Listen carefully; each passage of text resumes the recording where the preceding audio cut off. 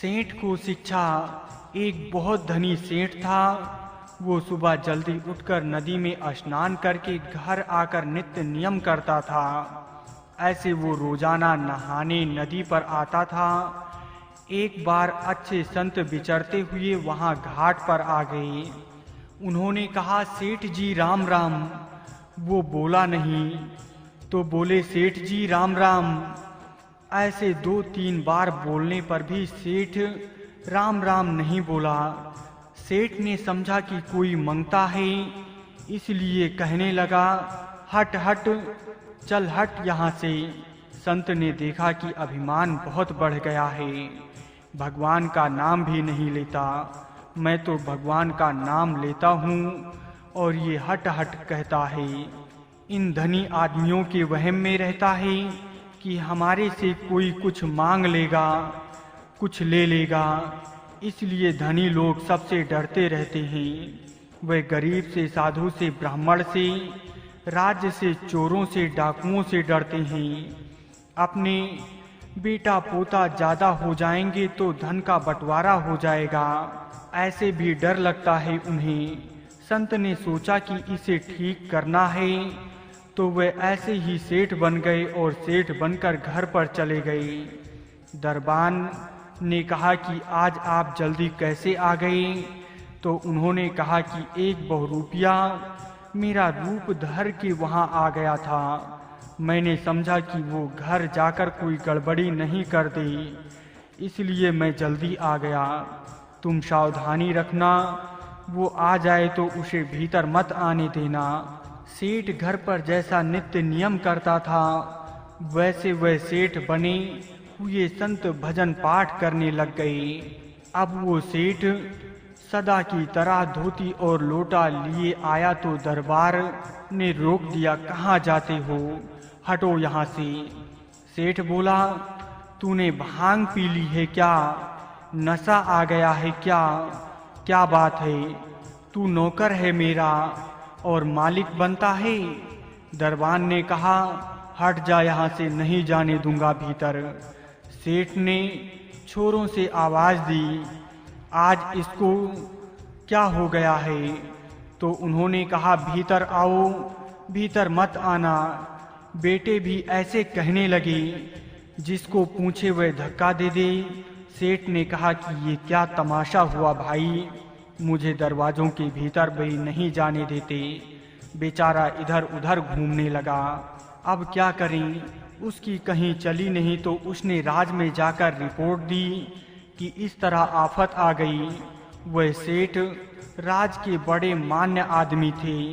राजा ने उनको जब इस तरह हालत में देखा तो कहा, आज क्या बात है, लोटा धोती लिए कैसे आ गए हो? वो बोला, कैसे कैसे क्या महाराज, मेरे घर में कोई बहुरूपिया बनकर घुस गया और मुझे निकाल दिया बाहर।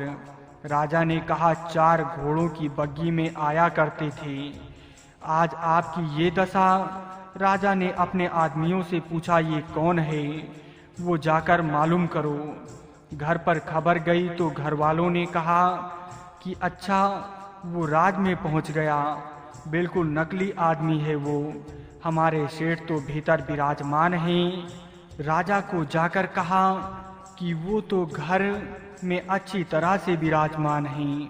राजा ने कहा, सेठ को कहो कि राजा बुलाते हैं। अब सेठ चारों घोड़ों की बग्गी लगाकर ठाट बाट से जैसे जाते थे वैसे ही पहुँचे और बोले, हे अन्नदाता, क्यों याद फरमाया, क्या बात है? राजा बड़े ही चकराए कि दोनों एक से दिख रहे हैं, पता कैसे लगे? मंत्रियों से पूछा तो वे बोले, हे साहब, असली सेठ का कुछ भी पता नहीं लगता। तब राजा ने पूछा, आप दोनों में असली और नकली कौन है? तो कहा, परीक्षा ले लो। जो संत बने हुए सेठ थे उन्होंने कहा, बही लाओ, बही में जो लिखा हुआ है वो हम बता देंगे। बही मंगाई गई।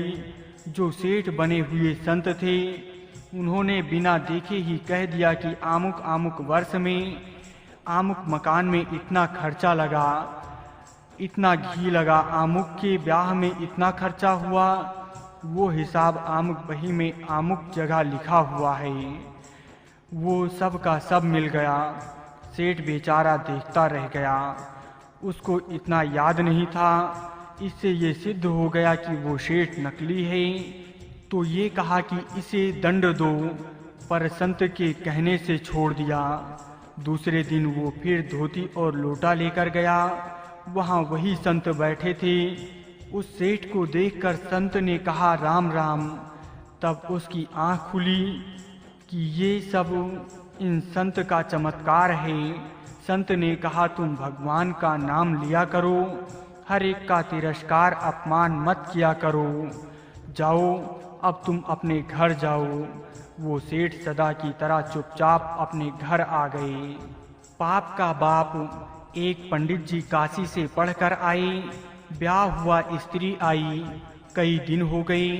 एक दिन स्त्री ने प्रश्न पूछा कि हे पंडित जी महाराज, ये तो बताओ कि पाप का बाप कौन है। पंडित जी पोथी देखते रहे पर पता नहीं लगा, उत्तर नहीं दे सके। अब बड़ी शर्म आई कि स्त्री पूछती है पाप का बाप कौन है। हमने इतनी पढ़ाई की पर पता नहीं लगा। वे वापस काशी जाने लगे। मार्ग में ही एक वेश्या रहती थी। उसने सुन रखा था कि पंडित जी काशी से पढ़कर आए हैं। उसने पूछा कहाँ जा रहे हो महाराज? तो बोले मैं काशी जा रहा हूँ। काशी क्यों जा रहे हो? आप तो पढ़कर आए हैं। वह बोले क्या करूँ? मेरे घर में स्त्री ने ये प्रश्न कर लिया कि पाप का बाप कौन है। मेरे को उत्तर देना नहीं आया। अब पढ़ाई करके देखूंगा कि पाप का बाप कौन है। वो वेश्या बोली आप वहाँ क्यों जाते हो? ये तो मैं यहीं बता सकती हूँ आपको। बहुत अच्छी बात, इतनी दूर जाना नहीं पड़ेगा। आप घर पधारो, आपको पाप का बाप मैं बताऊंगी। अमावस्या के दिन पहले पंडित जी महाराज को अपने घर बुलाया। 100 रुपये सामने भेंट दिए और कहा हे महाराज, आप मेरे यहाँ कल भोजन करो। पंडित जी ने कह दिया क्या हर्ज है, कर लेंगे। इसलिए रसोई बनाने का सब सामान तैयार कर दिया। अब पंडित जी महाराज पधार गए और रसोई बनाने लगे। वो बोली देखो, पक्की रसोई तो आप पाते ही हो, कच्ची रसोई हर एक के हाथ की नहीं पाते। पक्की रसोई मैं बना दूं, आप पा लेना। ऐसा कहकर 100 रुपये पास में और रख दिए। उन्होंने कहा कि पक्की रसोई हम दूसरों के हाथ की लेते ही हैं, कोई हर्ज नहीं है। ऐसा करके स्वीकार कर लिया। अब रसोई बनाकर पंडित जी को परोस दिया। 100 रुपये और पंडित जी महाराज के आगे रख दिए और नमस्कार करके बोली हे महाराज, जब मेरे हाथ से रसोई आप पा रहे हैं तो मैं अपने हाथ से ग्रास दे दूं। हाथ तो वही हैं जिनसे रसोई बनाई है, ऐसी कृपा करो। पंडित जी तैयार हो गए। उसकी बात पर उसने ग्रास को मुंह के सामने किया और उन्होंने जो ही ग्रास लेने के लिए मुंह खोला कि उठकर मारी थप्पड़ जोर से और बोली अभी तक आपको ज्ञान नहीं हुआ? खबरदार, जो मेरे घर का अन्न खाया तो आप जैसे पंडित का मैं धर्म भ्रष्ट नहीं करना चाहती। ये तो मैंने पाप का बाप कौन है इसका ज्ञान कराया है। रुपए ज्यों-ज्यों आगे रखते गए पंडित जी ढीले होते गए। इससे सिद्ध होता है पाप का बाप कौन हुआ।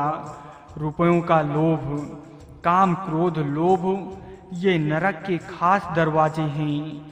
पर उपदेश कुशल बहु तेरे, जे अचरज ते नर ना घनेरे। दूसरों को उपदेश देने में तो लगे कुशल होते हैं, परंतु उपदेश के अनुसार ही खुद आचरण करने वाले बहुत ही कम लोग होते हैं।